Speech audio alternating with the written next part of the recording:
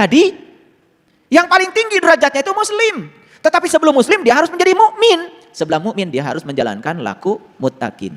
Mukmin, muttaqin, muslim. Makanya muslim menjadi syarat mati. Janganlah kamu mati sebelum kamu jadi orang yang damai. Kan gitu. Kalau mati dalam keadaan tidak damai, berarti matinya ya nemplok tuh di pohon mangga. Paham? Ngerti sekarang damai? Jadi cara damai adalah Bismillahirrahmanirrahim. Assalamualaikum warahmatullahi wabarakatuh. Alhamdulillahillazi nuri qulubana wa bi nuri ma'rifati wal isbatul yakin. Wa adkhilnal ma'al awliya'i was solihin wasyuhada wasyiddiqin. Asyhadu an la ilaha illallah wahdahu la syarikalah rabbul alamin. Wa asyhadu anna Muhammadan abduhu wa rasuluhu asrafal anbiya'i wal mursalin. Sayyidina Muhammadin wa ala alihi wa sahbihi ajmain. Subhanaka la ilma lana illa ma 'allamtana innaka antal alimul hakim. Subhanaka Allahumma rabbana wa bihamdika asyhadu an la ilaha illa anta astaghfiruka wa atubu ilaik. Astagfirullahaladzim. Astagfirullahaladzim. Astagfirullahaladzim allazi la ilaha illa huwal hayyul qayyum wa atubu ilaih. Min jami'il ma'asi wa dzunub la haula wa la quwata illa billahil aliyil azim. Kita diutus ke semesta raya ini dibungkus dengan tubuh jasmani. Unsur-unsur pembentuk tubuh jasmani adalah unsur-unsur yang ada di bumi ini. Aslinya kita ini adalah makhluk cahaya. Aslinya kita ini adalah makhluk spiritual. Asal kita itu dari akhirat dan diutuslah kita ke dunia ini. Jadi akhirat itu bahasa Arab artinya adalah terminal akhir sekaligus juga terminal awal kita. Kita asal dari Allah dan akan kembali kepada Allah. Jadi terminal awal kita Allah, terminal akhir juga Allah. Kalau begitu akhirat ya Allah itu sendiri. Jadi kita diutus ke semesta raya ini tidak telanjang. Tidak sebagai makhluk spiritual saja. Tidak sebagai makhluk cahaya saja. Dibungkus dengan tubuh yang terbuat dari unsur-unsur yang berasal dari bumi, karena memang tugas utama kita di sini adalah membangun peradaban di bumi. Jadi jangan suka mencibir sama orang-orang yang punya semangat membangun dunia ini dengan mengatakan, wah dia itu dunia banget. Dan kita selama ini terjebak mengatakan orang soleh itu adalah orang yang meninggalkan dunia. Yang menghabiskan seluruh waktu dan hidupnya seakan-akan untuk urusan akhirat. Padahal sesungguhnya tugas kita yang utama adalah bangunlah dunia ini dengan membawa nilai-nilai luhur yang dibekalkan dalam ruh kita. Nilai-nilai luhur yang dibekalkan dalam jiwa kita. Karena ruhku yang ditiupkan ke dalam diri kita adalah bagian dari dirinya. Dalam ruhku itu melekat ada zat, ada sifat, ada kreativitas, juga ada asma. Jadi semuanya lengkap di situ. Itulah bekal kita. Jadi dua bekal kita yang utama, bekal yang pertama adalah nilai-nilai keilahian yang harus diwujudkan menjadi nilai-nilai kemanusiaan. Dan bekal yang kedua, kita dikasih tubuh untuk berkarya sebagai kendaraan kita di semesta raya ini. Itu sebabnya setelah selesai kita berkarya di sini, ya, sang ruhku yang ditiupkan itu, ya, tidak akan tinggal di sini lagi. Tepat pada saat tubuh ini sudah tidak layak pakai lagi untuk meneruskan perjalanan di semesta raya ini. Jadi siapa orang yang sukses di semesta ini adalah mereka yang telah berhasil menjadi manusia paripurna. Siapa manusia paripurna itu? Manusia paripurna dirumuskan dalam kearifan lokalnya orang Jawa Barat dengan 6 terminologi lokalnya orang Jawa Barat.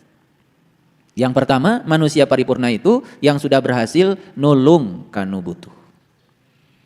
Ada yang butuh ilmu, ada yang butuh layanan kesehatan, Ada yang butuh layanan teknologi informasi, ada yang butuh layanan psikologi, ada yang butuh layanan fotografi, ada yang butuh layanan spiritual. Silahkan. Nulung kanu butuh, awas. Bukan berarti orang yang butuh itu orang yang susah. Karena di semesta ini kita saling membutuhkan. Kita membangun rumah harus ada toko material. Setelah selesai bikin rumah harus ada toko furniture. Meletakkan kursi supaya nyaman, kelihatan bagus, harus ada ahli tata ruang. Supaya baju kita bagus, supaya bagus, kelihatannya keren, harus ada ahli tata busana. Banyak sekali peran-peran di semesta ini. Dan siapapun yang berperan di semesta raya ini, dia sudah menunaikan tugas kemanusiaan di semesta raya ini. Itu nulung kanu butuh. Silahkan kita mau berprofesi sebagai apa. Sekecil apapun peran kita di semesta ini akan menjadi peran yang mengagumkan kalau itu dibangun dari keikhlasan hati. Makanya ada orang yang bekerja keras, kerjanya pakai otot, hasilnya pas. Hari ini kerja, hari ini habis. Besok belum tentu punya rezeki lagi kalau nggak kerja. Padahal ada waktu di mana kita ini suatu saat tidak bisa bekerja lagi tapi tetap butuh uang, bukan? Nah, orang yang berpikir cerdas mulai naik dari bekerja keras pakai otot, naik ke tingkat bekerja cerdas pakai intelek. Tapi hasilnya juga tidak akan jauh dari pas. Nah, orang yang lebih keren lagi, dia bekerja mengakses sesuatu yang tanpa batas di kehidupan ini. Namanya bekerja ikhlas. Hasilnya tanpa batas. Dengan apa kerjanya? Dengan spiritual. Membuka jalan-jalan baru yang berbeda dengan jalan kebanyakan orang yang telah ditempuhnya. Orang yang berada di kecerdasan ini menjadi kaya bukan dengan cara mengumpulkan, dia menjadi kaya dengan cara berbagi. Tapi yang di dua kecerdasan tadi itu, dia berpikir akan menjadi kaya dengan terus mengumpulkan dan penguatan diri. Makanya, lihat, banyak sekali manusia yang membuang waktunya hanya untuk mengumpulkan sesuatu yang akan dia tinggalkan. Pelit sekali, tidak peduli pada orang lain. Boro-boro untuk orang lain, untuk dirinya sendiri pun pelitnya luar biasa. Duitnya terus aja ditiduri di bawah bantal, hanya untuk makan enak pun berpikirnya 1000 kali.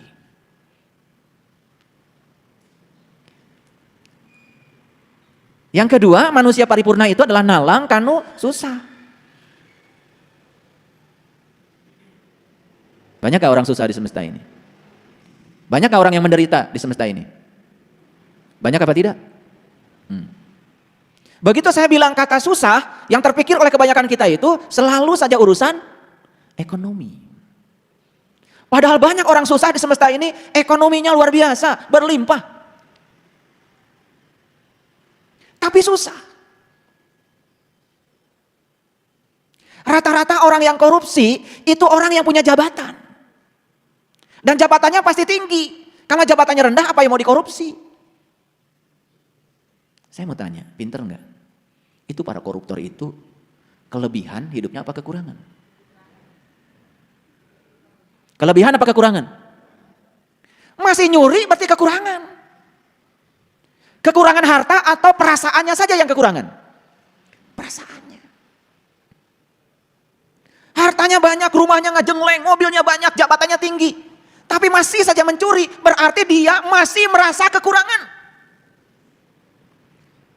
Itu orang susah apa tidak? Susah apa tidak? Susah.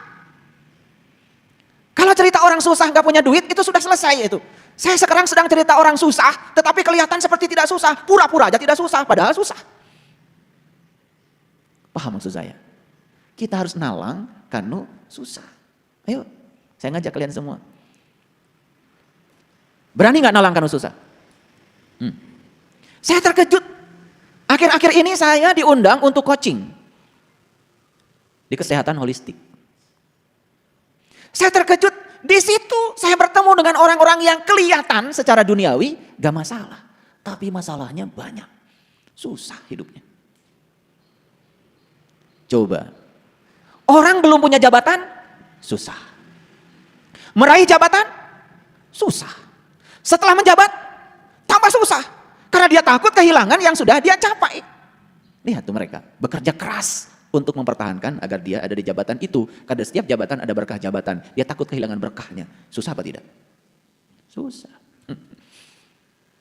Ini saya bukan nih pemikirannya. Karena lihat orang susah nggak punya duit, biasa kan? Ini kita lihat orang susah, duitnya banyak. Kita lihat orang susah, sekolahnya tinggi. Lihat orang susah, tidak sekolah, biasa, nggak usah dibahas. Banyak yang sekolahnya tinggi-tinggi. Susah juga. Pikirannya susah, perasaannya susah, yang diceritakan yang susah-susah, hidupnya susah juga. Paham maksud saya? Saya tantang sekarang, ayo mau gak kita nolong sama orang susah itu? Ini pertolongannya luar biasa, karena tidak cukup disantuni, tidak cukup dikasih sumbangan. Harus dibereskan jiwanya, dibereskan pikirannya. Baru benar tuh hidupnya. Ayo mau? Makanya saya dulu buka bengkel, sukses saya buka bengkel mobil. Saya mikir, kalau saya ngurusi bengkel mobil, mau sampai kapan? Dan yang punya bengkel mobil banyak. Maka saya bikin bengkel jelema. Karena yang ini hampir tidak ada saingan. Makanya mulai bengkel saya sekarang didatangi banyak orang. Ya, yang rusak jiwanya, yang rusak pikirannya, rusak hubungan sosialnya, ambruk tubuhnya, mulai itu. Ini dalam rangka menjadi manusia paripurna. Yang ketiga adalah ngahudangkeun kanu sare. Membangunkan orang yang tidur. Orang yang tidur malam sedang istirahat, biarkan aja, nggak usah dibangunkan. Yang harus dibangunkan oleh kita yang sudah bangun tapi sare. Kelihatannya saja sudah bangun, tetapi dia masih tidur. Banyak yang kayak gitu.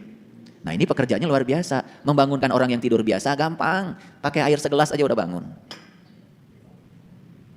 Tawarin kopi apalagi. Gampang. Tetapi membangunkan orang yang merasa seakan-akan sudah bangun. Padahal dia masih tidur. Dia tidak tahu. Tapi dia tidak tahu bahwa dia tidak tahu. Sok tahu. Kalau ngomong seperti orang yang tahu. Padahal dia tidak tahu. Cuman dia tidak tahu bahwa dia tidak tahu. Tak, sasaran kita itu. Kelihatan sibuk dari pagi sampai sore. Tapi sare. Apa yang tertidur? Kesadarannya. Makan gak sadar, jalan gak sadar, ngomong gak sadar, mikir gak sadar. Hanya menyadari napas saja yang ada di dalam dirinya. Sebagai sang jantung semesta yang memberikan kehidupan pada dirinya. Itu saja tidak disadari. Sibuk saja dalam proses mengejar dan terus mengejar. Diburu oleh waktu. Makanya mereka yang terus hidupnya diburu oleh waktu akan dilindas oleh roda zaman.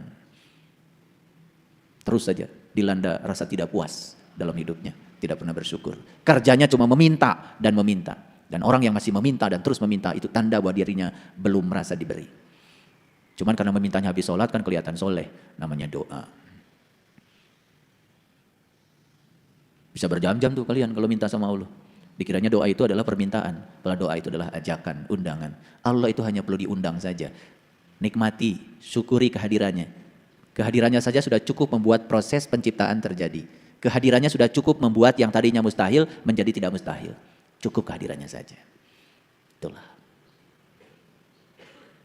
Yang keempat, nyaangan kanu poekeun. Menerangi orang yang kegelapan. Nah, ini pekerjaan lebih berat lagi. Orang yang merasa tinggal di tempat terang seperti ini, banyak. Tapi orang yang kegelapan di tempat terang, lebih banyak lagi. Gelap. Dan ciri orang yang masih tinggal dalam kegelapan, biasanya salah proyeksi, salah persepsi. Coba lihat sekarang.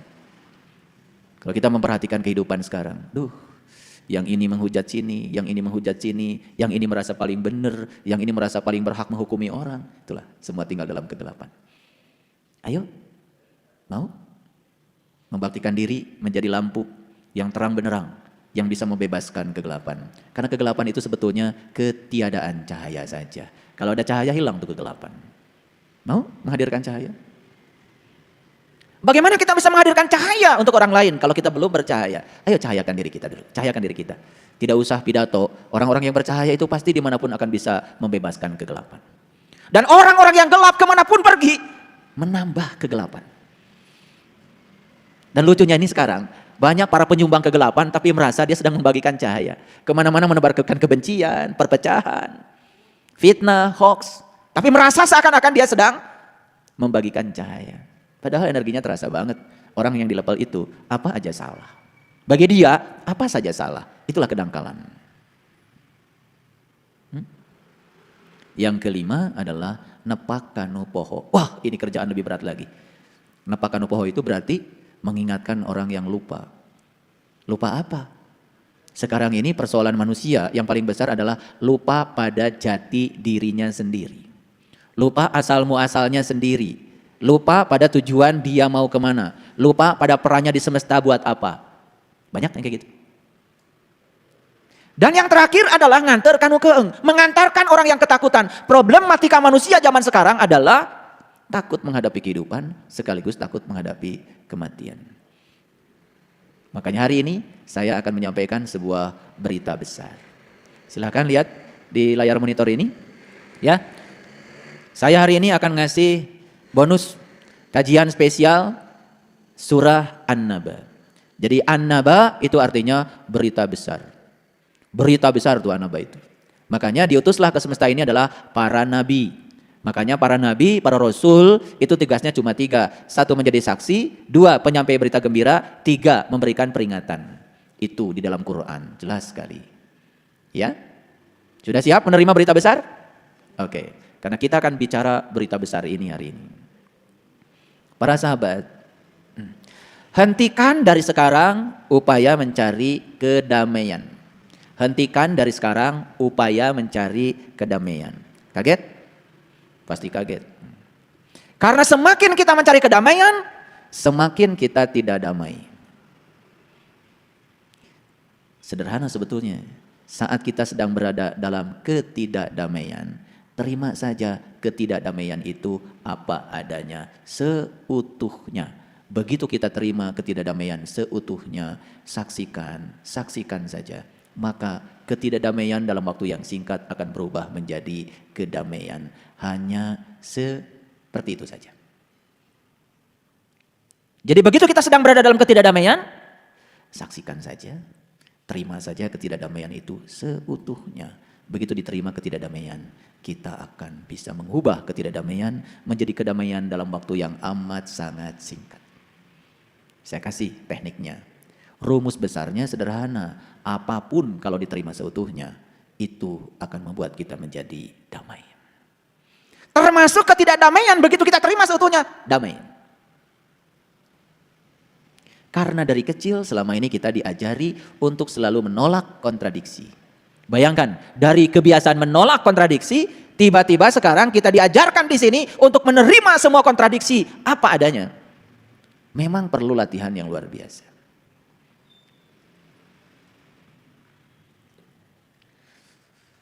Mencari keadaan lain di luar yang ada di hadapan kita. Ulangi. Mencari keadaan lain yang di luar yang sedang kita hadapi. Bukankah itu akan menimbulkan konflik pada diri kita? Itulah yang sering tidak disadari. Kita sering hidup dengan apa yang seharusnya. Bukan hidup dengan apa yang ada. Adanya begini, kita mencari keadaan lain di luar itu. Apa yang akan terjadi? Ketidakdamaian langsung hadir. Karena kita sedang mencari sesuatu yang tidak ada. Dan kita sedang menolak sesuatu yang jelas-jelas ada bersama dengan kita. Kan sebetulnya sesederhana itu, ya, konflik diri yang sering dibangun oleh kita. Begitu konflik diri itu merekah dalam diri, konflik dengan orang lain pun menjadi menyebar. Itu. Makanya ada manusia di semesta ini, aneh ya, senang sekali menjadi manusia sebagai sumber konflik. Dan manusia yang menjadi sumber konflik sebetulnya karena dia masih konflik dengan dirinya sendiri. Kapan konflik dengan diri sendiri terjadi? Tepat saat kita tidak mampu mengendalikan pikiran kita sendiri. Kapan konflik dengan orang lain terjadi? Tepat saat kita tidak mampu mengendalikan mulut kita. Dan kapan orang tidak bisa mengendalikan mulutnya? Tepat saat pikirannya masih liar. Orang yang liar pikirannya pasti mulutnya liar. Dan orang yang mulutnya liar pasti banyak konflik dengan orang lain. Betul? Iya. Akhirnya berurusan dengan hukum dan lain sebagainya. Gitu. Ulangi rumus besarnya. Apapun kalau diterima seutuhnya akan terasa damai. Ayo coba, praktekan. Pasangan hidup kita terima saja seutuhnya. Kelebihannya, kekurangannya, langsung damai. Begitu terima kelebihannya, tolak habis-habis kekurangannya, langsung konflik dengan diri sendiri. Betul? Siapa pencipta ketidakdamaian? Jadi kalau ingin damai, caranya sederhana. Terima saja ketidakdamaian apa adanya, langsung damai kok.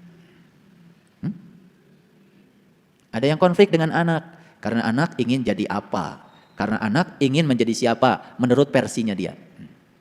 Bapaknya dokter, anaknya harus jadi dokter, padahal anaknya takut darah. Bukankah sedang menimbulkan konflik? Tidak bisa menerima kenyataan anak apa adanya. Anaknya itu senang musik, bapaknya dokter, bapaknya ingin anaknya menjadi dokter. Padahal aslinya itu anak sebetulnya pemusik. Makanya di sekolah kan di kedokteran kelihatan jadi idiot, karena jeniusnya dia memang main musik. Itu sama saja ikan disuruh memanjat pohon, kan kelihatan idiot. Padahal jeniusnya ikan memang berenang. Jadi jeniusnya dia nggak kelihatan, karena dia sedang dibangun menjadi orang lain. Konflik nggak? Kenapa?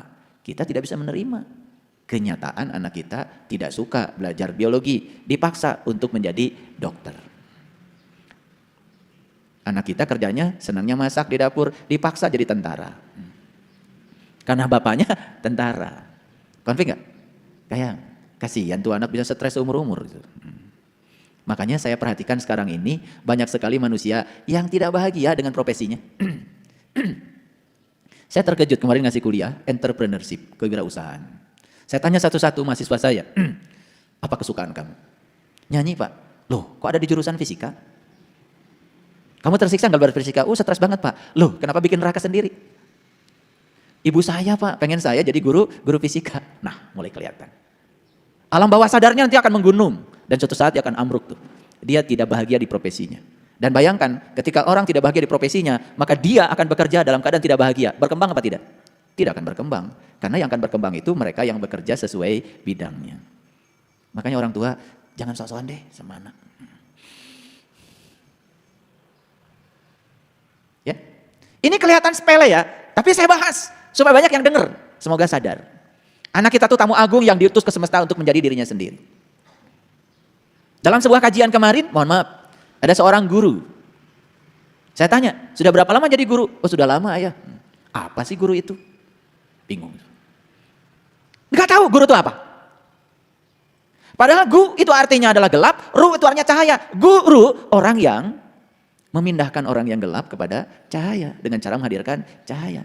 Lalu saya tanya lagi, di sekolah siapa guru? Dan semua orang mengatakan guru di sekolah ada mereka yang mengajar. Bukan, guru di sekolah adalah siswa. Murid-murid kita lah sebetulnya guru kita yang sebenarnya. Karena kita belajar kebijaksanaan lewat murid, belajar kreativitas lewat murid, belajar sabar lewat murid, belajar pintar dari murid, betul nggak? Coba. Kan murid itu dari kata uridu. Uridu itu kan artinya orang yang berkehendak. Uridu itu orang yang berkehendak dalam bahasa Arab. Jadi murid orang yang berkehendak. Berkehendak untuk mentransformasikan dirinya. Menjadi siapa? Menjadi siapa? Menjadi siswa. Si itu manusia. Swa itu artinya mandiri. Swadaya. Swasembada. Jadi siswa artinya orang yang sedang memandirikan diri. Yaitu orang yang sedang menjadikan dirinya menjadi dirinya sendiri. Saya tanya guru, siswa artinya apa? Gak bisa jawab lagi. Kita tidak peduli terhadap hal-hal yang semacam itu. Dianggap nama itu nama aja. Padahal di balik semua nama itu ada makna yang luar biasa. Paham? Oke. Makanya pelajaran dari semua agama satu sebetulnya, berserah diri. Apa artinya berserah diri? Menerima apapun apa adanya. Dan yang paling penting, tidak mencari keadaan lain di luar keadaan yang sedang dia hadapi. Itu namanya kuncinya berserah diri. Itulah kuncinya kedamaian. Makanya Islam diartikan damai. Orang yang sudah bisa Islam dipanggil oleh Allah dengan sebutan Muslim. Jadi Muslim itu siapa? Orang yang sudah bisa damai. Damai dengan dirinya sendiri, sudah tidak ada konflik dengan dirinya sendiri, dan pasti dia akan damai dengan orang lain. Tapi sebutan Muslim selama ini, mohon maaf, didangkalkan oleh kita sendiri hanya untuk menyebut orang yang mengaku beragama tertentu. Didangkalkan. Coba kalau saya tanya, mana yang paling tinggi derajatnya? Mukmin, mutakin, Muslim? Mana yang paling tinggi? Tuh.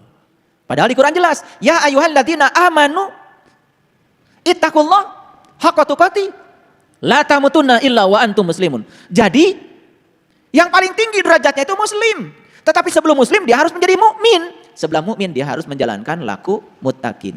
Mukmin, mutakin, Muslim. Makanya Muslim menjadi syarat mati. Janganlah kamu mati sebelum kamu jadi orang yang damai. Kan gitu. Kalau mati dalam keadaan tidak damai, berarti matinya ya nemplok tuh di pohon mangga. Paham? Ngerti sekarang damai? Jadi cara damai adalah menerima ketidakdamaian seutuhnya apa adanya. Maka ketidakdamaian akan berubah menjadi kedamaian. Bisa dipahami? Oke. Di mana sumbernya kedamaian? Di Dia yang maha damai. Allahumma anta salam. Ya Allah, anta salam.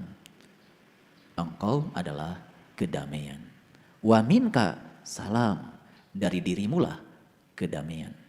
Wa ilaika yaudus salam. Ya kan? Engkau juga yang bisa memasukkan aku pada kedamaian. Wa adkhilna jannata darussalam. Masukkanlah aku pada taman yang penuh dengan kedamaian. Darussalam. Taman yang penuh kedamaian. Udah tahu belum taman itu? Sudah tahu taman itu? Kalau kata Bang Alex, taman itu harus ditanya dalam diam, dijawab dalam diam. Ditanya dalam diam, dijawab dalam diam. Maka dalam diam kita bisa bertemu dengan Darussalam. Taman yang penuh kedamaian. Itu istilah Bang Alex karena orang Jakarta. Kalau istilah kami di Bandung, indit bari cicing, milampah tengalengka. Tuh. Keren tuh bahasanya. Disitulah sumber kedamaian. Bergetar, berdenyut di puncak kesadaran. Hening, bening, dingin lah kalau di lagu Sidratul Muntaha. Makanya waktu saya menulis lagu Sidratul Muntaha, saya menyebut 3 kata itu. Hening, bening, dingin. Karena yang saya rasakan ketika berada di Darussalam itu, yang ada cuman hening, bening, dingin. Yang tersisa hanyalah air mata. Gitu. Makanya lagu itu gak sembarang itu. Tetapi manusia tidak pernah tahu apa sih sesungguhnya hambatan besar untuk menuju kedamaian itu. Hambatan besar untuk menuju kedamaian itu adalah segala bentuk-bentuk kenegatifan. Apa itu? 1, ketidaksabaran. 2, amarah yang dahsyat. Kapan amarah menjadi dahsyat? Ketika masalah kecil dibesar-besarkan oleh diri palsu kita. Siapa diri palsu kita? Pikiran yang tidak sadar. Apa yang sering kita dengar dari pikiran tidak sadar? Segala hal yang menakutkan. Apa yang kita lakukan setelah kita dengar? Kita ikuti. Kan gitu yang sering kita lakukan. Mendengar pikiran kita, setelah itu mengikuti pikiran kita. Betul? Takut tikus. Tikusnya nggak ada. Diada-adakan di pikiran kita. Seakan-akan tikusnya ada. Mau jalan ke sana, nggak mau. Karena takut ada tikus. Padahal di sana nggak ada tikus. Cuman pikiran saja yang bilang ada tikus. Setelah kita dengar, kita ikuti. Yang nggak kemana-mana. Takut sesat. Orang yang takut sesat, selamanya sesat. Karena hanya orang yang berani tersesat, yang selamanya tidak akan tersesat. Mau pergi ke Sariwangi, cari rumah saya, takut sesat. Orang yang takut sesat, di mana sekarang? Di kamarnya aja. Tapi yang berani tersesat, ya udah jalan aja. Karena juga nanya, kan ada peribahasa. Malu bertanya, sesat? Ya sesat di Sariwangi. Tidak tahu tetapi tidak mau tahu. Sok tahu, tidak mau nanya. Menyalakan Google Map tidak bisa, turun dari mobil nggak mau. Nah orang-orang yang model kayak gini nih, ya yang berbahaya. Gak nyampe di sana tapi cerita seakan-akan sudah sampai. Baru aja. Jadi orang yang mengawali iman, besok-besok sudah ngaku jadi orang beriman. Mengawali iman belum tentu jadi orang beriman. Ada tahap-tahapan yang harus ditempuh untuk menuju sana. 3, suasana hati yang tertekan. 4, keputusasaan. 5, kalau saya sebutkan habis waktu kita. Dan ternyata kenegatifan itu masih ada nggak dalam diri kita? Saya ulang lagi, ketidaksabaran masih? Si amarah yang meledak-ledak masih. Kenapa bisa meledak? Karena dikomporin oleh siapa? Ya oleh pikiranmu sendiri. Karena pikirannya masih dalam kegelapan, ngomporin aja kerjaannya, betul nggak? Iya. Kan sebetulnya kebakaran itu terjadi menjadi besar karena ada bahan bakar. Bahan bakarnya apa? Ya rumah kita. Dikipas-kipasin sama apa? Sama angin. Angin bawa oksigen. Terjadi proses oksidasi. Karena jumlah oksigen yang datang ke situ tambah besar. Kan kalau di kampung ya, kalau mirun sene, kalau susah nyala, kan ditiup pakai song-song. Ngasih apa itu? Ngasih oksigen. Tiup tiup, mere naon? Duh kak, pokoknya mah tiup. Tuh, karena nggak ngerti, padahal sebetulnya ngasih oksigen. Supaya proses oksidasinya lancar, betul nggak? Iya. Besar tuh apinya. Syarat api membesar, satu ada bahan bakar tambahan, yang kedua ada yang ngipasin, gitu aja. Makanya sate kalau dikipasin kan matangnya cepet. Bakar ikan pakai ya kipas angin, cepet tuh matangnya. Betul apa tidak? Gitu. Jadi bagi orang yang tidak sadar, masalah kecil pun akan terasa sangat besar. Lihat ya, kata-kata saya, dengarkan. Jadi kalau hari ini kita memandang masalah kecil menjadi besar, tanda kita belum sadar. Orang yang sadar, bahkan masalah besar pun terasa kecil, bahkan tidak terasa sebagai masalah. Gitu aja. Gak usah nanya, ayah, apa ciri orang sadar? Nah, sekarang saya jawab, ciri orang sadar itu, masalah besar pun terasa bukan masalah. Lihat, kalian tuh masalahnya banyak, saya tahu itu, ya. Tetapi sebesar apapun terasa tidak ada masalah. Menjalani kehidupan ya sudah saja, nerima saja apa adanya, itu berserah diri namanya, kan keren. Nah, perhatikan saya, semua yang saya sebut tadi itu, ketidaksabaran, amarah yang meledak-ledak, suasana hati yang selalu tertekan karena kita kadang-kadang melakukan sesuatu tidak senang, karena kita memerankan sesuatu tidak sesuai dengan personal genius zone kita. Muncullah keputusasaan. Berikutnya apa? Semua ini akan memicu yang bernama substansi kepedihan emosi. Jadi di dalam alam bawah sadar kita ini sudah ada sebuah tubuh baru, namanya substansi kepedihan emosi. Yang dibangun secara terus-menerus dalam waktu yang panjang.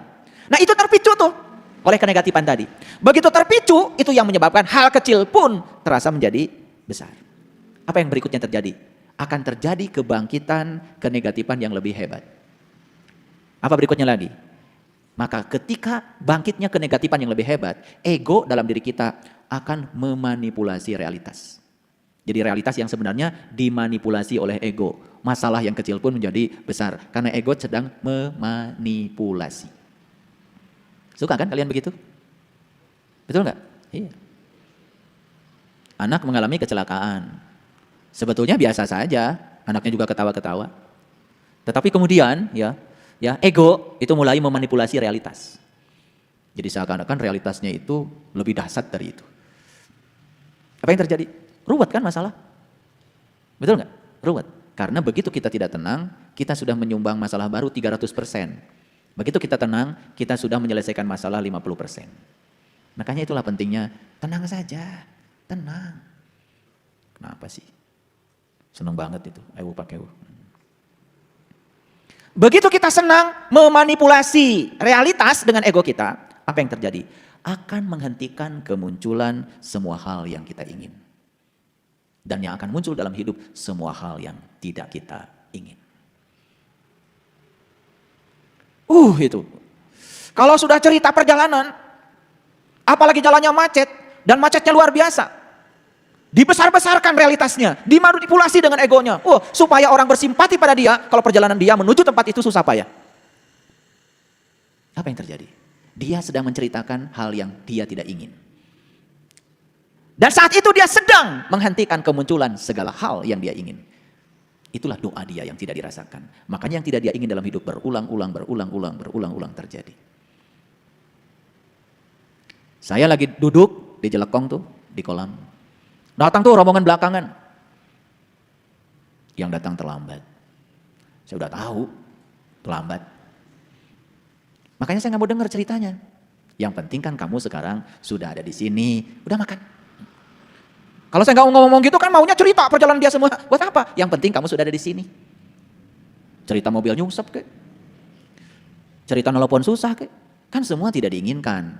Apalagi ditambah lagi. Si ego sedang memanipulasi realitas. Yang terjadi apa? Yang terjadi seakan-akan perjalanan dia tuh wah luar biasa. Pengennya kan digituin sama saya. Makanya begitu mau ngomong langsung udah yang penting kamu udah nyampe sini makan. Sesederhana itu cara saya menterapi. Tapi banyak yang tidak mengerti. Pengennya didengar.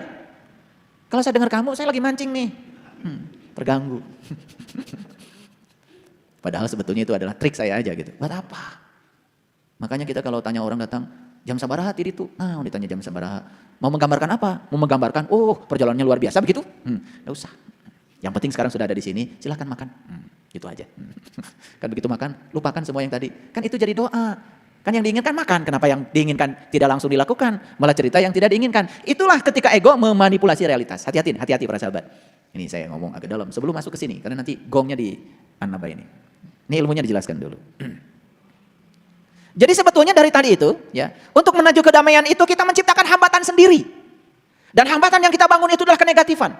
Dan kenegatifan itu kemudian memicu segala substansi kemudian emosi dalam diri. Lalu substansi kemudian emosi dalam diri tubuhnya membesar karena dikasih nutrisi oleh kita. Lalu hal kecil pun menjadi kelihatan besar. Lalu kenegatifan bangkit menjadi lebih hebat lagi. Berikutnya tak terasa tuh si ego terus memanipulasi realitas. Jadi seakan-akan masalahnya besar banget gitu. Bagaimana kita mau memandang masalah besar menjadi kecil kalau kita masih memiliki watak semacam itu. Lalu yang paling berbahaya adalah kemunculan segala hal yang diinginkan dalam hidup menjadi sirna. Yang muncul apa? Segala hal yang tidak diinginkan dalam hidup. Kalau ketemu saya jangan cerita nggak punya uang. Cerita punya uang. Itu. Walaupun duitnya can ayah, nggak apa-apa. Cerita yang diinginkan aja. Ya, itu. Makanya kenapa ya? Kenapa saya tidak pernah mau fokus pada orang yang mengeluh? Karena saya kasihan. Dia tidak sadar sebetulnya keluhan itu sedang menghambat kemunculan segala hal yang dia ingin. Gitu. Paham ya? Gitu. Sok atuh mulai dari sekarang. Eureun ngomong anu teu dipikahayang teh. Hayo we diobrolkeun. Kegagalan, masa lalu. Yang senang dibicarakan dari masa lalu apa? Jujur. Yang tidak kalian inginkan. Jarang cerita masa lalu yang menyenangkan. Pasti kalau cerita masa lalu yang tidak disukai. Betul nggak?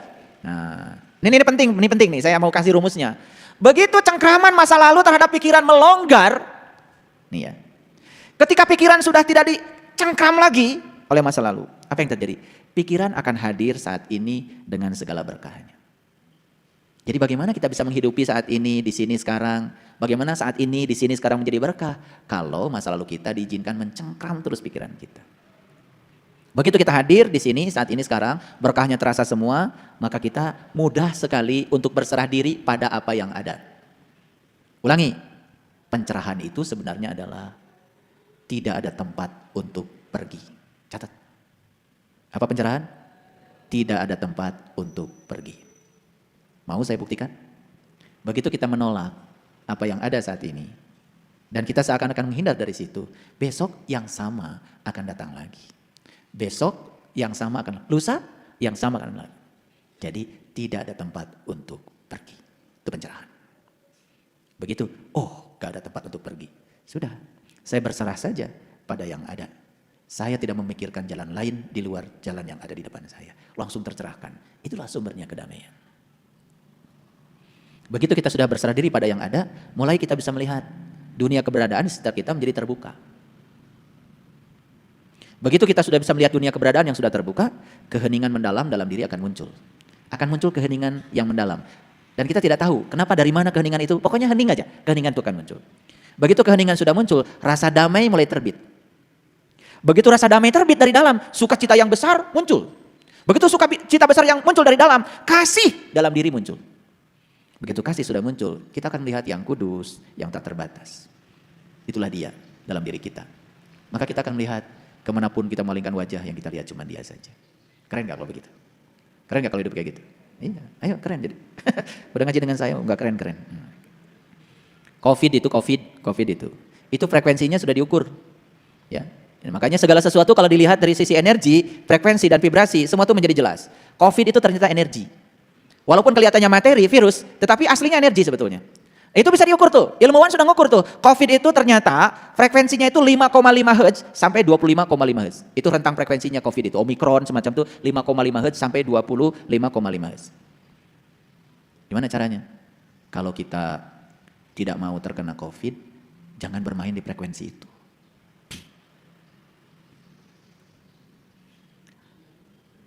Ketakutan itu frekuensinya di 5,5 sampai 25,5 Hz. Begitu kita bermain di ketakutan, berarti sama dong dengan frekuensinya COVID. Kecenderungan terkena COVID besar. Tapi kalau terkena COVID karena karma, ya jalanin aja, ntar juga sembuh. Tetapi kalau terkena COVID karena kita memang bermain di frekuensi itu, Ini benar, ini fisika, ini sains. Ketakutan itu frekuensinya tumpang tindih dengan frekuensinya COVID. Di 5,5 sampai 25,5 ketakutan. Fobia, rasa takut yang berlebihan terhadap sesuatu, itu di frekuensi itu juga. Curiga. Suami di rumah curiga, di luar rumah curiga, kena COVID pasti. Iya. Suami main HP, nunduk sedikit, curiga. Tengah dah, curiga. Tidur-tiduran, curiga. Gimana gitu. Itu pasti dekat dengan COVID. Karena frekuensinya 5,5 sama 25,5. Cemas. Ini saya tunjukkan ya. Frekuensi kita, anatomi emosi kita yang frekuensinya sama dengan frekuensi COVID. Itu. Stres. Segala di pikiran. Cemburu. Nah itu, makanya kalau orang kena COVID pasti cemburu itu. Kalian boleh tertawa, tapi ini sains. Ini hasil riset loh. Riset ini, saya ilmuwan bukan ngomong sembarangan. Saya kalau ngomong pakai data, ini udah dari WHO ini. Saya belum pernah ngukur COVID itu frekuensinya segitu, tapi WHO udah ngukur. Dan ini sudah dipublish ya, dalam jurnal-jurnal yang terakreditasi. Benci? Nah, itu. Begitu benci, kena COVID itu. Serakah? Ini nih, daftar kenegatifan yang frekuensinya di situ. Ini penting nih supaya tahu. Ternyata penularan COVID itu bukan sekedar droplet. Cemburu terus kena itu. Serakah? COVID. Kemelekatan? COVID. Yang pelit-pelit itu nyumbang besi peduli itu. Melekat itu. Ini bukan doa. Ini frekuensi. Iya dong. Ya, itu frekuensi. Nah makanya tempat-tempat yang getaran frekuensinya rendah di bumi ini 2 yang paling harus kita tahu. 1 rumah sakit, 2 penjara. Itu diukur loh, bukan sembarang ini. Jadi tempat-tempat yang frekuensinya rendah di bumi ini 2. 1 rumah sakit, 2 penjara. Makanya ketika kalian bawa ke rumah sakit, jangan bawa anak. Ini suka maksa, nyogok satpam supaya anak bisa. Itu nggak benar itu. Karena rumah sakit itu frekuensinya rendah. Kan di rumah sakit itu coba, bagaimana nggak rendah? 1, ada orang yang sedang, aduh. Nah, aduh berapa frekuensinya? Ini ada ya. Ternyata aduh itu, diukur frekuensinya, itu 0,1 Hz sampai 2 Hz. Itu sudah di bawah COVID. COVID kan tadi 5,5 sampai 25,5 Hz. Aduh, itu 0,1 sampai 2 Hz itu. Aduh. Dan di rumah sakit yang itu banyak. Ya. Takut nggak bisa bayar rumah sakit. Nah, berapa frekuensinya? Ada nih ukurannya. Itu 0,2 sampai 2,2 Hz. Nyagerin, nyasian tapi bisa mayar coba. Turun itu frekuensi. BPJS nggak punya, kerja enggak. Dililit pinjol lagi. Gering, asup rumah sakit coba. Drop itu. Lihat wajah-wajah di rumah sakit. Makanya hati-hati itu ketika bergerak. Ini sains ya, jangan ketawa kalian. Ya, itu. Ya. Nah, itu. Kalau saya bahas sih kebanyakan ini. Nah sekarang frekuensi tinggi. Nah kalau tadi frekuensi rendah kan, supaya tahu. Frekuensi tinggi. COVID berapa? 5,5 sampai 25,5 Hz. Itu frekuensinya. Kedermawanan, rasa ingin berbagi. Itu ternyata diukur oleh ilmuwan. 95 Hz. Jauh di atas 25,5. Hayang nate mere. Nah 95. Jadi yang pelit min 95, berarti kan gitu, gampang. Iya itu udah negatif itu, ya. Wah itu udah di bawah COVID itu. Pokoknya penyakitnya bukan hanya COVID itu. Udah kompleks itu. Syukur bisa menerima semua kenyataan apa adanya, tidak mencari jalan lain, dan tahu bahwa tidak ada tempat untuk pergi kecuali nerima saja. Itu 150 Hz. Compassion itu cinta kasih, belas kasih. Kalau belas kasih itu ya, bedanya dengan cinta kasih. Kalau cinta kasih itu berbuat kebaikan, dia pun sebetulnya tidak menderita dengan kebaikan yang dia lakukan. Kalau compassion itu belas kasih, dia melakukan kebaikan pada orang sampai dia menderita. Belas kasih itu compassion, itu di atas 150 itu. Rela menderita untuk orang lain. Udah gitu gak kalian? Dari wajah-wajahnya sih belum ini. ini banyak kan nih wajahnya 5,5 sampai 25,5 nih. Enggak lah, masa udah belajar spiritual di bawah 95? Ya, itu. Cinta tanpa syarat. Nah, cinta tanpa syarat. Jadi, suami pulang cinta, Jadi Bang Toyib tetap cinta. Ini udah 205 nih. Ini pengumuman aja buat ibu-ibu. Bukan buat bapak-bapak, buat ibu-ibu. Sudah tanpa syarat. Ya. Suami gagah, aku cinta padamu. Suami loyo, aku tetap cinta padamu. 205 loh ini. Hajj itu. Kalian tertawa-tertawa dari tadi, itu 500 hajj. Ayo ketawa yang keras. Tepuk tangan ya buat semuanya. Dari tadi ketawa aja kalian itu. Itu 500 hajj. Nah ngaji yang benar tuh kayak gini. Bukan balem, sidakep. Pengen surga takut neraka. Nah kalau kayak gitu, udah stres aja itu pasti di bawah COVID itu. Makanya ngaji tuh kayak gini, ketawa. Ya. Mentertawakan siapa kalian? Nah gitu. Tapi jangan mentertawakan orang lain. Dari tadi saya tahu kalian mentertawakan. Itu 500 hadiahnya. Lebih dari cinta tanpa syarat coba. Murah nggak? Murah banget. Makanya ya tuh. Kalian kalau dikasih gini jadi nggak mau berhenti. Berhenti dulu. Makanya banyak-banyak mencintai, banyak-banyak tersenyum, banyak terima kasih, banyak bernyanyi, banyak menari, ya, olahraga, menikmati alam. Kalau diajak sama saya, ayo kita pergi ke alam. Maksudnya banyak mikir, pergi aja. Nah, karena itu akan membangun frekuensi di atas 500 Hz. Terus terang ya, kalau saya ngajak kalian pergi ke alam, kan kita ketawa aja. Itu menyehatkan itu. Dan ketawa itu sakral. Kalau ada yang bilang ketawa itu dosa, itu harus ngaji dulu itu. Belum benar tuh ngajinya.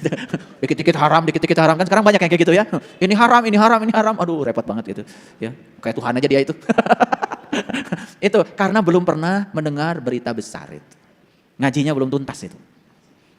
Makanya sekarang ngajinya berita besar. Ayo kita baca sekarang.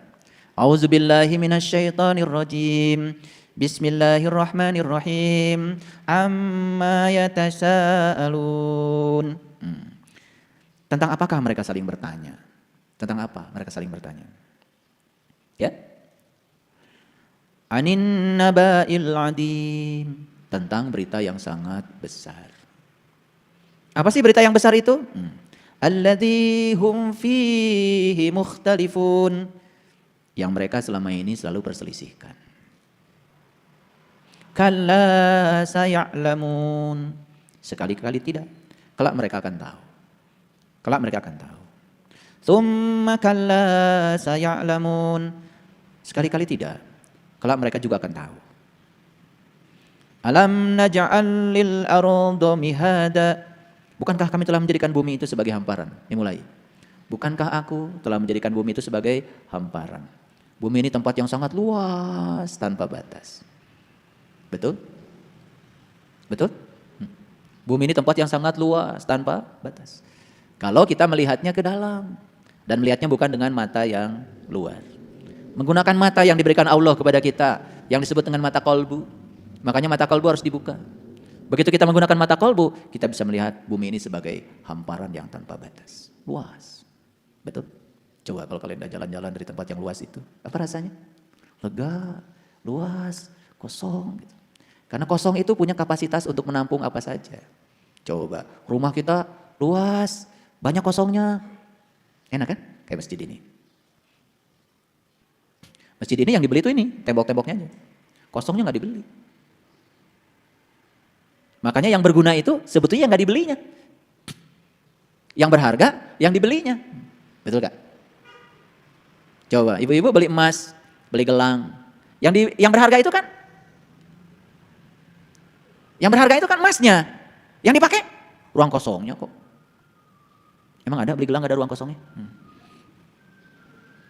Baru nyadar ya? Iya. Makin besar gelangnya, kan masih besar, makin besar ruang kosongnya. Makin mahal kan? Iya. Sama rumah juga, makin besar rumahnya, rumah yang besar itu rumah yang ruang kosongnya gede. Makanya kalau kita sudah bisa melihat bumi sebagai hamparan di dalam, lega, kosong.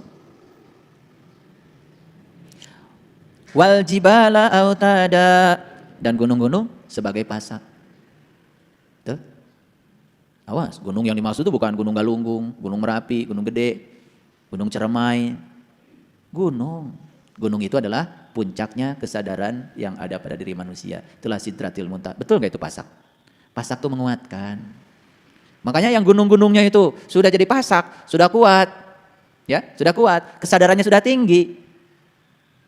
Maka dia akan melihat bumi ini hamparan, luas tanpa batas. Kemanapun dia memalikan wajah, yang dia lihat adalah dia yang maha luas. Gak sempit lagi hidupnya. Ledakan itu terjadi di ruang sempit. Betul apa tidak? Jadi yang suka meledak-ledak tadi itu siapa? Sempit. Yang suka nyala-nyalakan orang itu siapa? Sempit ilmunya. Yang suka merasa paling benar itu siapa? Sempit sudut pandangnya. Ya, itu. Makanya bahaya ya, orang yang terbuka mulutnya, masih tertutup kolbunya, itu sudah bicara di ruang publik. Bahaya itu. Menurut dia mah semua orang salah aja. Dia tidak tahu bahwa sebetulnya dalam hidup ini yang namanya salah, yang namanya benar itu penilaian. Yang namanya penilaian kan tergantung orang. Betul nggak? Tergantung orang yang menilai. Kalau dia si penilai itu sempit sudut pandangnya, dia akan berikan penilaian yang salah. Makanya ketika masih terjebak oleh benar, salah, baik, buruk. Sebetulnya kita tuh belum kemana-mana. Ini saya harus bicara kenceng nih. Wa khalaqnakum ajwaja. Ajwaja itu pasangan. Jadi manusia ini sebetulnya berpasangan. Pasangan itu bukan suami istri. Suami istri itu adalah pilihan. Rek kawin menang, teu ge pilihan, teu kumaha maneh. Riweuh-riweuh teuing. Pasangan itu artinya jasmani dan rohani. Makanya aku ciptakan manusia berpasangan, sejak diciptakan kita sudah pasangan. Jasmani dan rohani, sadar bahwa jasmani harus dikasih makan, rohani harus dikasih makan. Jasmani berasal dari bumi, kasih makanan unsur-unsur dari bumi. Rohani berasal dari Allah, wujudnya adalah cahaya di atas cahaya. Makanya makanannya juga pasti cahaya dong. Ini kadang-kadang sombong. Baru ngaji ditanya, dari mana ibu? Habis santapan rohani. Padahal makannya kupat, gehu, cireng, panglobaana deh saya mah mungkus deh. Kaera, meretara hayang nanti berewe. Kagok lah. Bilangnya santapan rohani. Aduh, maniasa pisan. Santapan rohani itu tidak terjadi di ruang begini, Bapak Ibu. Santapan rohani itu sendiri. Hening, bening, dingin. Santapan rohani terjadi saat rohani kita sedang memandang dia sang maha rohani dengan mata rohaninya. Itulah santapan rohani. Awas ya, jangan ikut-ikutan. Kalian suka ikut-ikutan. Baru ngaji aja lo bilang, habis santapan rohani.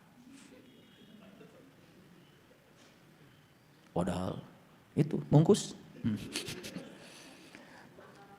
Wa khalaqnakum azwaja. Aku ciptakan kamu berpasangan. Jadi kita harus selalu sadar bahwa diri kita itu jasmani dan rohani. Urus dua-duanya. Saya kasih tahu ya. Orang yang di dalam kehidupan ini hanya ngurus jasmani. Sebetulnya dia itu tidak layak untuk disebut manusia hidup. Karena tidak ada pertumbuhan. Pertumbuhan tidak terjadi di jasmani. Pertumbuhan hanya terjadi di kesadaran spiritual. Orang yang suka menolak kontradiksi dalam hidup ini tidak layak menghidupi hidup. Karena dia tidak akan tumbuh. Karena dia menolak. Dan orang-orang yang bermitra dengan kontradiksi, menjadikan kontradiksi sebagai sarana untuk menempa diri, itu namanya tumbuh. Apa dengan tubuh kita? Coba lihat. Kecil, remaja, tua, habis. Jadi saya tidak mau berbicara tentang pertumbuhan fisik. Di fisik tidak ada pertumbuhan. Pertumbuhan hanya terjadi di dimensi spiritual. Ayo, pertanyaannya sekarang bagi kita semua, tumbuhkah saya? Semakin matangkah saya? Semakin dewasakah saya? Semakin bijaksanakah saya? Kalau itu meningkat, itu namanya kalian tumbuh. Dan orang yang tumbuh, ya kelihatan pertumbuhannya. Dan orang yang semacam ini, itu sangat dekat untuk menuju sebagai manusia paripurna tadi. Wa ja'alna naumakum subata. Dan kami jadikan ya naum, tidurmu sebagai istirahat. Sudah bisa tidur belum? Udah bisa tidur belum? Ya tidur yang ngorok itu udah dari kecil. Ngaji aja tidur. Kalau tidur yang itu tidak masuk berita besar. Awas ya. Ini sedang cerita berita besar loh, bukan cerita yang kecil. Kalau yang kalian tidur gitu, sampai gak bangun-bangun, itu bukan berita besar, gak masuk situ. Tidur yang dimaksud di sini adalah tidurnya Ashabul Kahfi. Tidurnya pun 300 tahun ditambah 9 tahun. Tidurnya pun di dalam gua yang bisa memberikan keselamatan. Itulah tidur yang sebenarnya. Itulah tidur yang istirahat. Kalau tidur kalian yang ngorok itu apalagi sambil ngocoblak. Ada yang tidurnya ngocoblak itu. Wah, eta mah sare. Ya, yang kayak gitu berarti pikirannya saja ketika tidur tidak istirahat. Tubuhnya kasihan gak istirahat. Nih saya kasih tahu. Kalau kita sering tidur di gua sejati kita, tidur yang syar'i itu tidak usah lama-lama tapi kualitasnya luar biasa. Membuat seluruh sel dalam tubuh kita benar-benar istirahat. Itu begitu bangun itu seger itu. Makanya itulah. Saya udah kasih doa kan? Sebelum tidur ada doanya. Ada olah nafasnya. Jalankan. Ngerti ya? Baik, lanjut. Ini masih berita besar nih. Ya.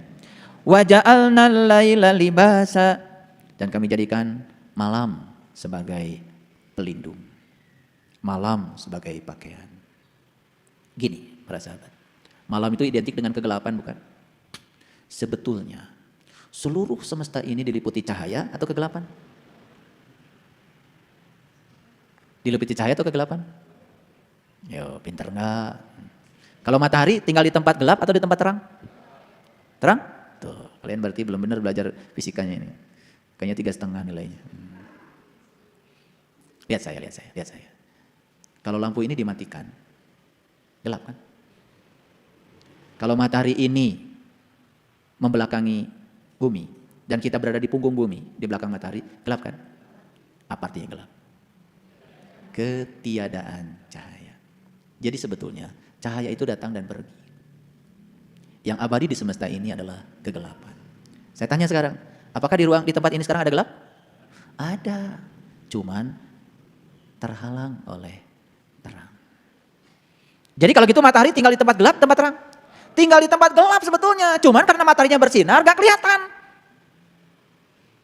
Jadi semesta ini diliputi oleh hening, bening, dingin.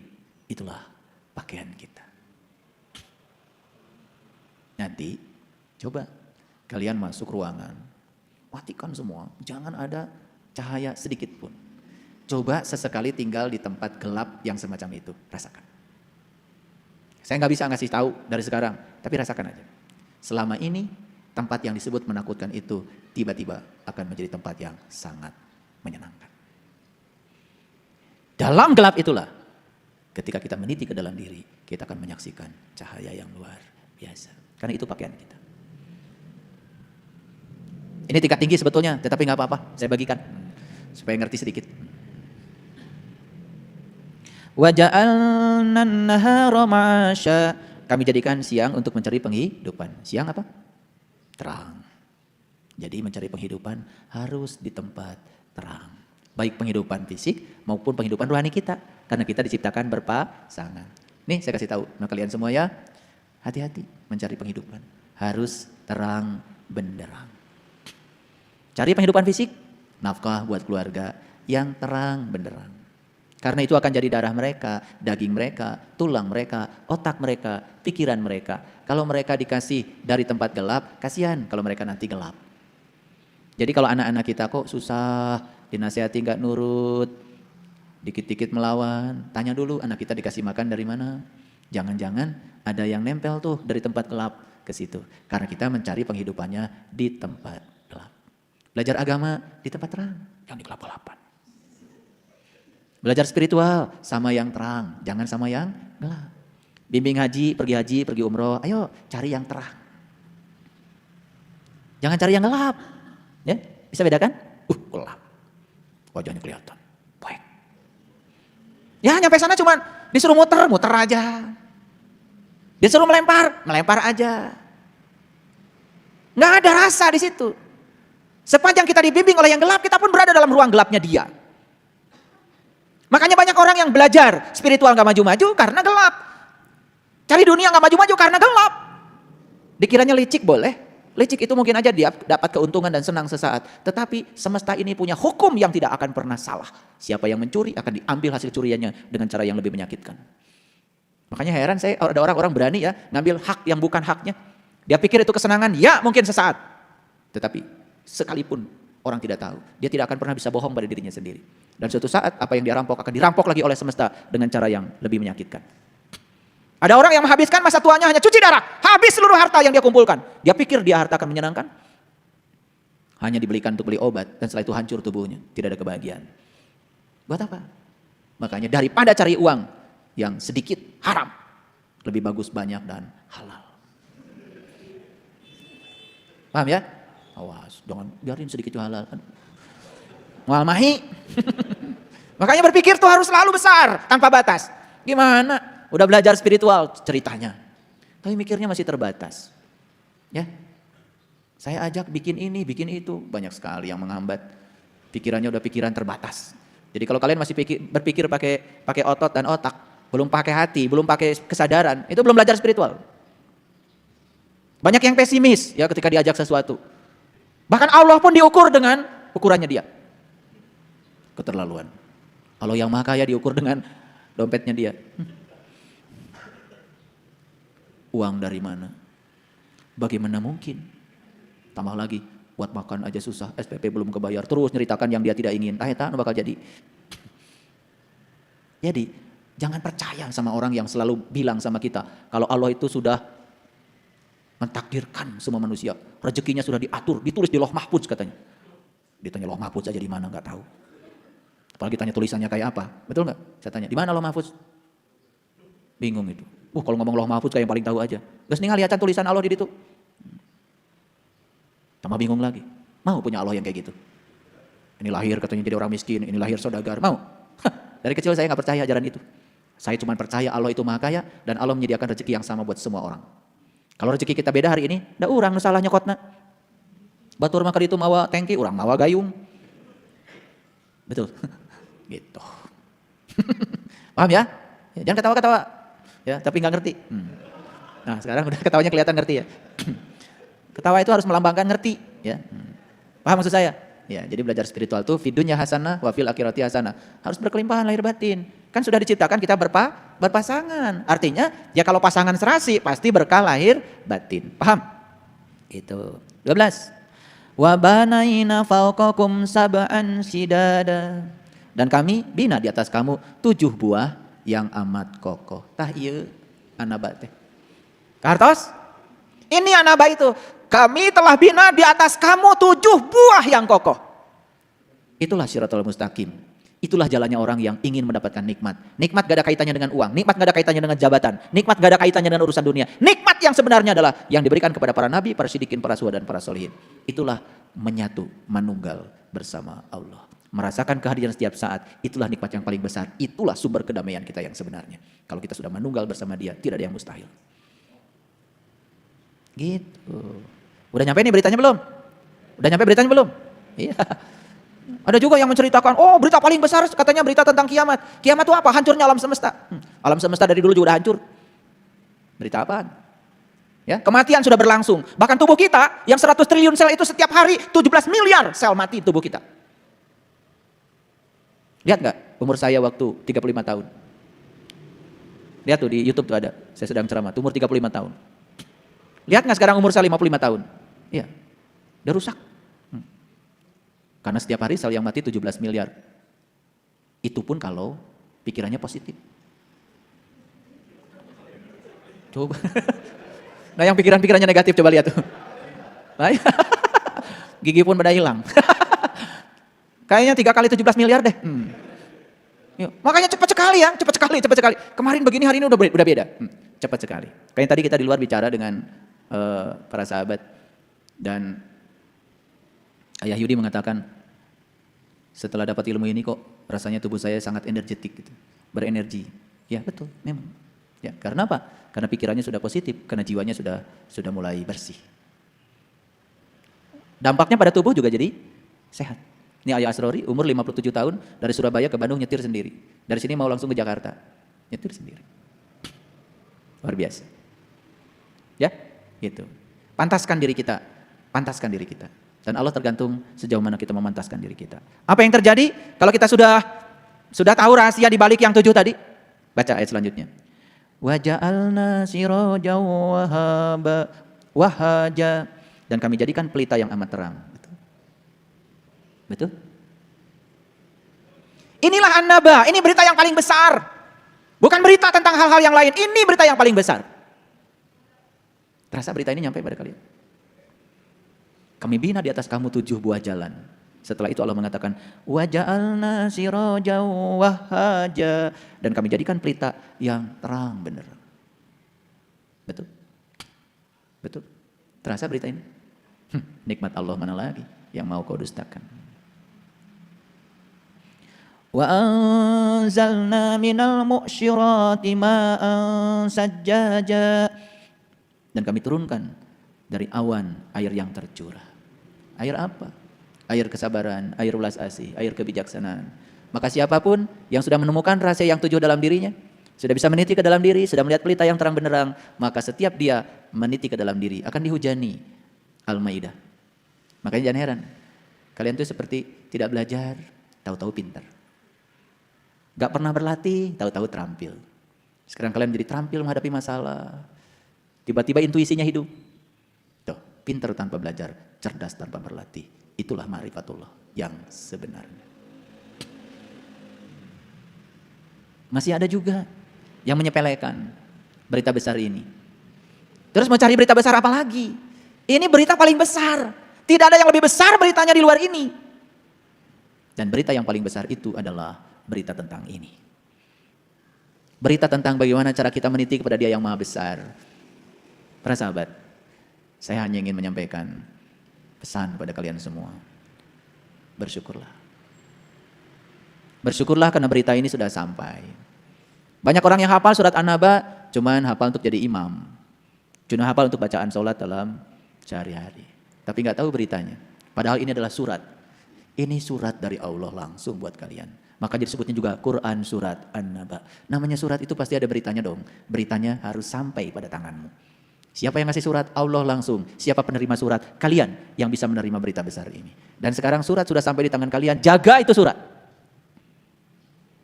Simpan di tempat yang terhormat. Hargai isinya. Hargai isinya. Tuh. Ya. Linukhrija bihi habban wa nabata, supaya kami tumbuhkan dengan air itu biji-bijian dan tumbuh-tumbuhan. Dalam diri kita itu kan ada banyak sekali benih-benih. Betul? Benih welas asih, tumbuh. Luar biasa. Benih cinta kasih, tumbuh. Sehingga kapasitas untuk mencintai membesar. Benih kecerdasan, tumbuh. Benih kasih sayang, tumbuh. Benih toleransi, tumbuh. Benih untuk bisa menerima perbedaan, tumbuh. Saya akan melihat di semesta ini tidak lama lagi. Manusia-manusia cahaya yang sedang diperankan dalam kehidupan memancarkan cahaya tanpa batas. Itulah berita paling besar. A'udzu billahi minasy syaithanir rajim. Bismillahirrahmanirrahim. Amma yatasaalun 'anin naba'il 'adzim alladzi hum fihi mukhtalifun. Kalla saya'lamun, thumma kalla saya'lamun. Alam naj'alil arda mihada, wal jibala autada, wa khalaqnakum azwaja,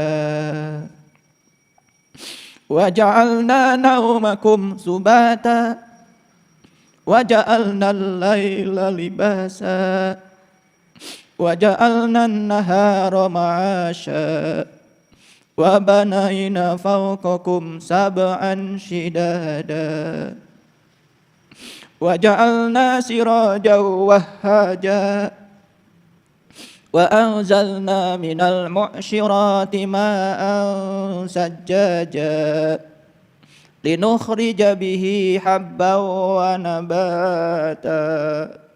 Sadaqallahul adzim. Assalamualaikum warahmatullahi wabarakatuh.